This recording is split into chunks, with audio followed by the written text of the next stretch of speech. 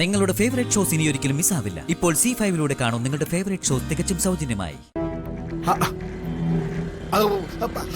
Hello, ഒന്ന് നിൽക്കണേ. Hello, ഒന്ന് നിൽക്കണേ. ആ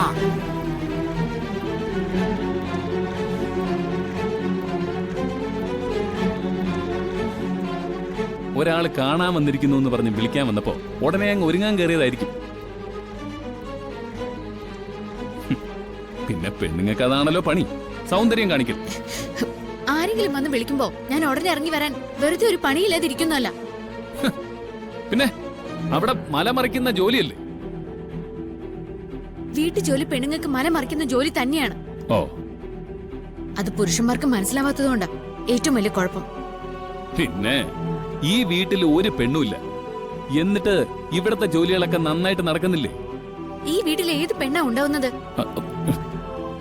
തന്റെ കൂടെ ഏത് പെണ്ണ വന്ന് നിക്ക? ആരെങ്കിലും ജീവിക്കാൻ ആഗ്രഹം കാണില്ലേ? ശരി, എന്റെ കൂടെ പെണ്ണുങ്ങൾ ആരും കാണില്ല. പക്ഷേ നല്ലവളായ നിന്റെ കൂടെ ആണുങ്ങൾ ഒരുപാട് പേരുണ്ടല്ലോ. എന്നിട്ട് ആ വീട്ടിലെ പുരുഷന്മാരാരും ഞാൻ ഇതുവരെ കണ്ടിട്ടില്ലല്ലോ. അതെങ്ങനെ?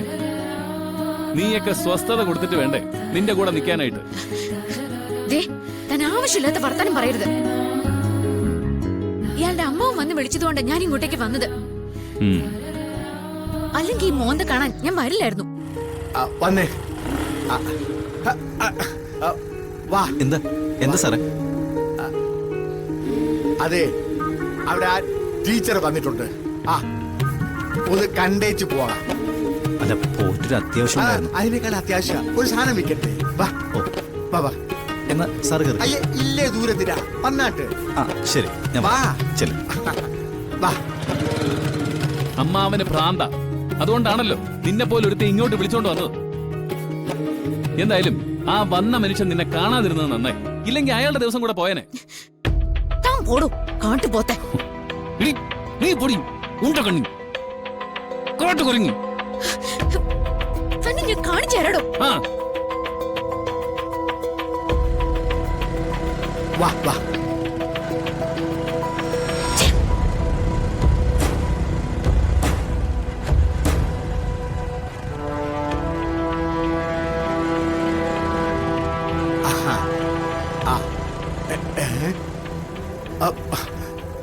അല്ല, പത്മ ടീച്ചർ എന്തി പോയി?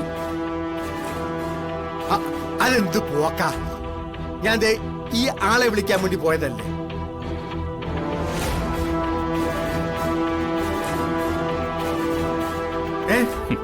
അവൾക്ക് കാത്തു നിൽക്കാനൊന്നും പറ്റില്ലല്ലോ, തമ്പുരാട്ടിയല്ലേ. തമ്പുരാട്ടിയ? ഞാൻ പോയി വിളിച്ചിട്ട് വരാൻ പറഞ്ഞ. ഇപ്പൊ വരാ. വേണ്ട വേണ്ട, ഇനിയേ അവൾ ഇയാളെ കാണണ്ട. അത് കുഴപ്പമില്ല സാർ, നിങ്ങൾ തമ്മിലുള്ള പ്രശ്നമൊന്നും എന്നെ ബാധിക്കില്ലല്ലോ.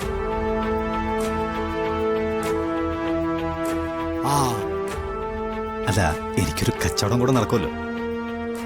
ഇത് ഈ ശബ്ദം